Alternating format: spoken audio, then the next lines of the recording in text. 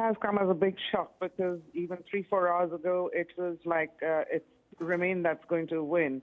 But it's just come as a total shock to everybody. Even Boris Johnson yesterday evening, he was in the tube and he was asked about what's going to happen, and he said, we are losing. So even the Leave campaign did not believe that this is going to be the result today.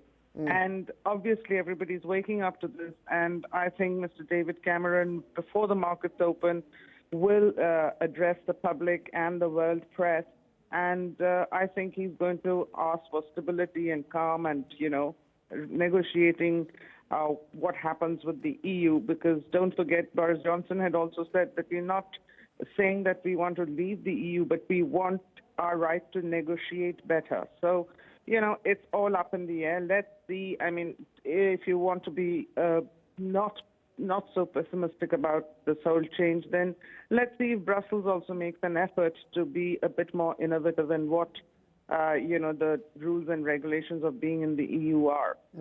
So it's a very tumultuous thing. And also along with this, there are other constitutional issues because Scotland has voted totally for being in, and so has Northern Ireland. So it is quite possible that there'll be a separate referendum, again, at least a request for it from Scotland and even in Northern Ireland, because it's just, there are a lot of things that are going to follow from this, apart from the political upheaval which is expected. I think this is, in a way, when you look at this is democracy in action. And it is, although it is a nation divided, it's 52% versus 48%, so it is a nation divided. And most of the leave has come from England and Wales. So there were issues here, and I think politicians now will be driven to see what the problem was and why this was happening also. Because I think it's been there, festering away for a long time.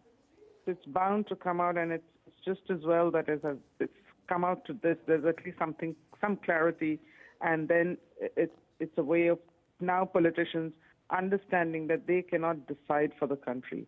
Because after 43 years of being in the EU, as a lot of younger people have said, that, we didn't get a chance to decide our fate, and now we are getting a chance. So it is a very, very volatile and a very emotional subject it had turned into, although given the fact that the percentage of 72.2% that came out to vote is higher than we've seen in elections in the recent past, in national elections. So you can imagine how much it must have kind of had an impact in people's lives, or how much they wanted to participate in deciding what they wanted to do, is basically what I can read at the moment as the results are still being announced. But it is just that people wanted to have a say, and they wanted to get involved. The Article 50, Mr. David Cameron had said that next week he'll go to Brussels at the meeting there and activate the Article 15, which gives the kind of paves the way for an exit. And that time the Leave campaign had said that there is no need to do that. So one doesn't know. I think it is the freedom of movement issue that has, made Britain go the way it has. That is one of the major issues. And maybe if there is some renegotiation, I don't know what the opportunities will be. I don't think anybody was talking about what post this referendum, what the approach would be, whether it's from the UK or in Brussels. So I think this will be a new kind of exploratory journey again to see which way that could work out. Because I think it is the freedom of movement that is really bothering people in this country. Obviously now, like the border with France will move to Kent instead of Calais. I mean, there's going to be a lot of issues with migration.